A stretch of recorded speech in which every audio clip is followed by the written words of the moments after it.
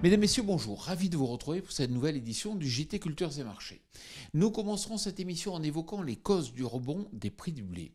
Nous nous intéresserons ensuite à la progression des récoltes de maïs et de soja aux États-Unis avant de se tourner vers l'envolée des prix de l'huile de palme. Enfin, nous terminerons par la progression des semis de maïs en Argentine. Le contexte géopolitique en mer Noire et au Moyen-Orient, mais aussi les incidents climatiques à répétition ont permis le rebond des cours du blé.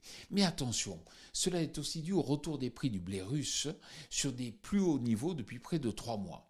En effet, le blé russe est très compétitif et s'exporte bien, mais de plus en plus d'opérateurs s'inquiètent de la réduction possible des volumes disponibles. Des mesures pourraient même être envisagées par le gouvernement afin de protéger le marché local, à savoir un quota ou une augmentation des taxes à l'exportation.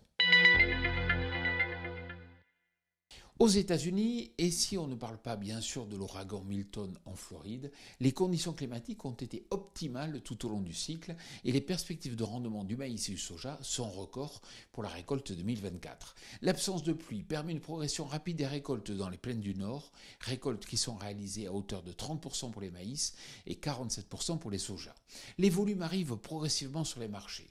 Reste donc à savoir si la demande sera suffisamment dynamique pour absorber ces récoltes et cela sera déterminant pour l'évolution des cours aussi bien sur le marché local qu'à l'export.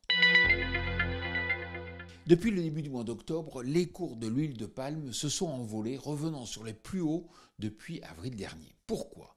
Parce que la tension sur les stocks est de plus en plus forte en Inde et les pluies incessantes dans les palmeraies malaisiennes et indonésiennes impactent les rendements d'huile, mais aussi les flux logistiques.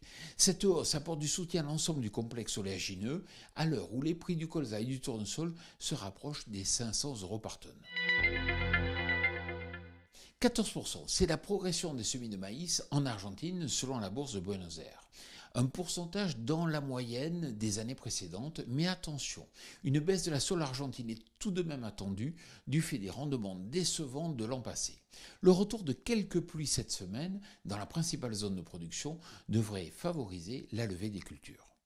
Voilà, le JT Culture et Marché, c'est terminé. Je vous souhaite bien sûr une excellente semaine.